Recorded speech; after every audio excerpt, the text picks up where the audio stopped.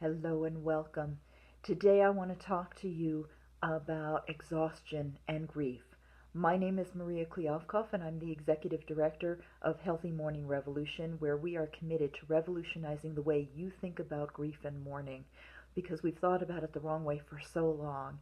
And now as we begin to understand that our grief journey is taking us through this painful time in our lives, and we need to listen to it and we need to hear it and we need to honor it and we need to convert the grief that we're feeling into mourning so that it expresses out of our body. As we learn that and as we discover that, we find that there's ease and grace in this journey process when we allow there to be. And so exhaustion is something that most of us who experience grief experience. And what is exhaustion all about? It's about slowing us down, right? And we get more and more exhausted the more we fight all of the symptoms that are coming up that are asking us to slow down. So physical symptoms that we may feel, tired in our body, physical aches and pains in our shoulders, in our knees, skin irritation, sleep disturbance that means we're not getting as much sleep as we perhaps need. There are all manner of physical symptoms that contribute to this sense of exhaustion. Add to that the mental symptoms where we're just confused and we're being asked to deal with all of these crazy things on top of our everyday, and it's taking everything that we have just to keep up with our everyday. The reality is our mental capacity is just not there. Why? Because 10% of our brain at least is working to solve a problem as our brain sees it, and the problem is, where is our loved one now? And with 10% of our brain focused on that, we just don't have the capacity to keep up with everything else that's going on. And so we feel mentally exhausted.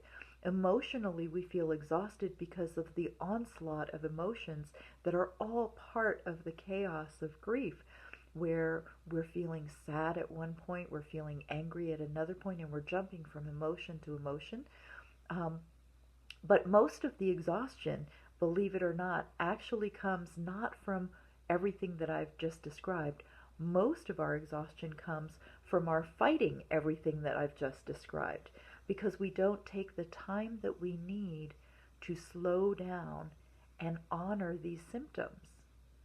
Our brains aren't moving as fast as we once had them move because our brain needs us to slow down and pay attention to what it's working on. Our bodies need us to slow down so that our bodies can begin to absorb and assimilate everything that has happened.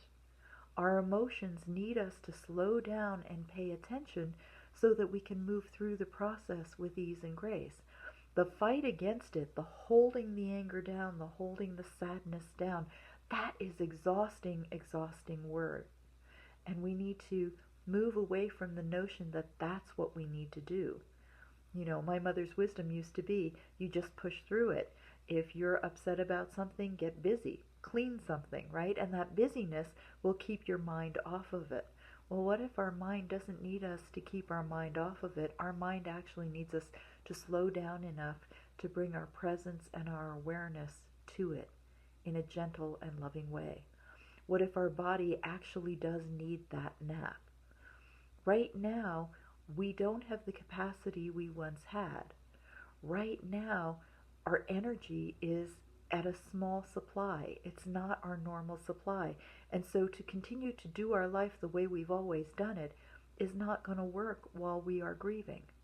And so we need to find another way that actually makes room for all of these symptoms.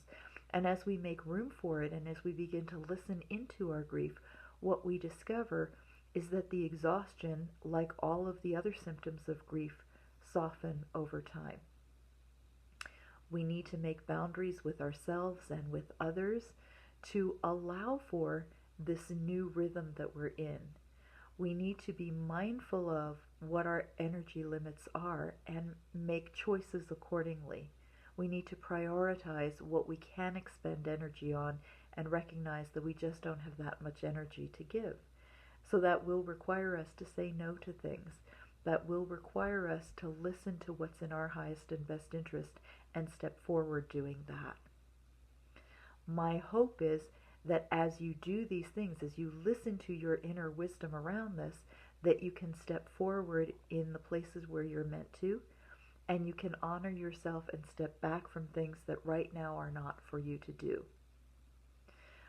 What I'm going to ask you to do is, if this information is helpful to you, then please like and share this video, because you never know who needs this information.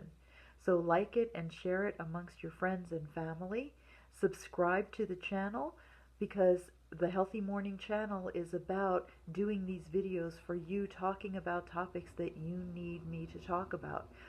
Let me know what you want me to talk about, and by all means also hop over to our podcast at Healthy Mourning Revolution Radio, because I'm talking about this topic this week, but in a slightly different way on the podcast. So if you want to learn more about this particular topic and how to work through the exhaustion, in the podcast I talk a little bit about a personal experience of what I did when I realized that I was just exhausted and I could not take another step. And I didn't know where to turn or what to do. And something came to me, and it was really helpful. And it helped me to walk myself through this process. If you're needing support, please come on over and visit me at healthymourning.com.